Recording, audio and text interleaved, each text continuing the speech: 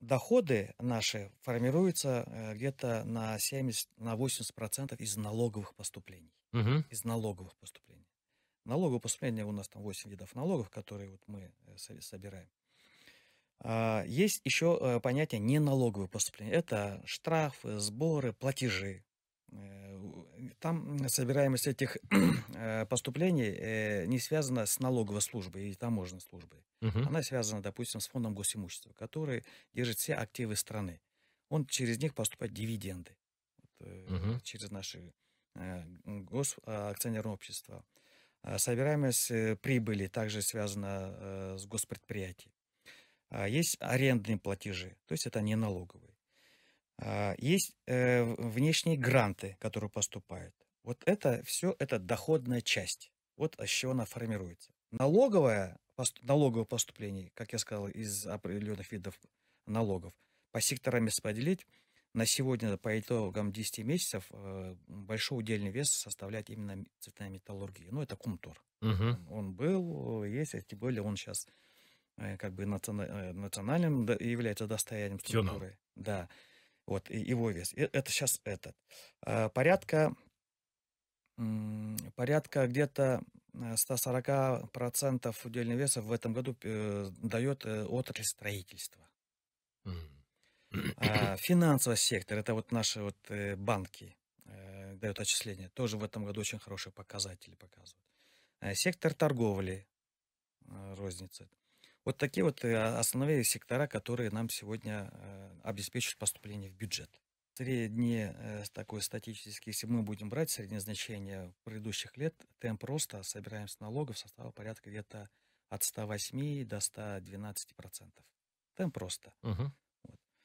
В этом году, я как говорю, средний темп роста составит где-то 150-156%. Темп роста. Чисто по налогам, если я как сказал, это 62 миллиарда. Из них 22 миллиарда это таможенники собрали больше, чем в прошлом году. Мгм. И где-то около 30-35 это собрали больше налоговики в сравнении с прошлым годом. Если же посмотреть по удельному весу, я как говорю, таможенники, надо их тоже похвалить, хотя там очень много у нас вопросов есть, очень Мгм. много. Я Но, передам. да, но и в плане того, что собираемость таможенных сегодня поступлений, если не брать в учет пошлины, которые, как я сказал, мы собираем, закидываем в единый котел, в ЕКовский, оттуда получаем долю 1,9%, идет сегодня недопоступление в связи с санкциями. Мгм. Вот если без учета этого, чисто то, что таможня собирает налог, НДС на импорт, то у них темп роста сегодня составляет порядка 250%. Молодцы, молодцы Да, просто, да. вот это нас радует. Но и я еще скажу, что еще это не предел. А может ли быть такое, вот как риски, что вот мы прямо сейчас вот увеличиваем вот и сбор налогов, и вот таможни отовсюду, отовсюду, а потом раз какой-то предел наступит, а потом раз и в пропасть мы свалимся? Вот, да, вот нас же в этом тоже и некоторые критикуют именно со стороны тех, кто платит налоги, да, вот Мгм. сколько можно у нас это, Последнюю рубаху, да. да.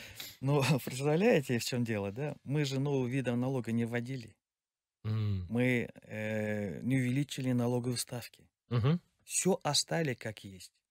Мы просто попросили, ну, я образно говорю, платить налоги. И потихонечку заставляем это, э, и мы же, их же самих видеть. То есть почему мы просим установить везде ККМ?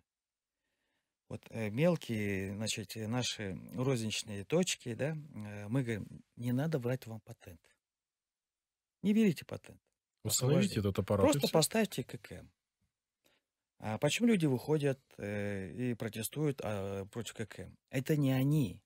Их просто заставляют крупники, которые им же дают товар на реализацию.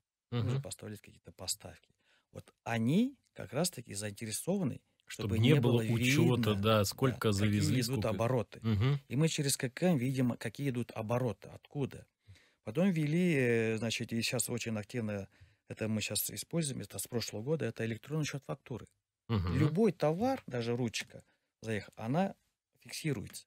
И вплоть до того, в каком магазине она реализуется, мы ее должны видеть. Мгм. И магазин пробивает чек, я покупаю эту ручку.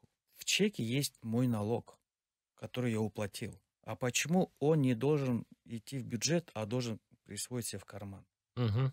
Поэтому вот это отслеживание говорит о том, что у нас очень большие идут обороты реализации продукции, а от этих оборотов мы не видим адекватного поступления налогов. Как думаете, продавим? Знаете, рано или поздно все равно мы придем к цивилизованному подходу. Цивилизованному. Мгм. И скрипя, но мы идем вперед.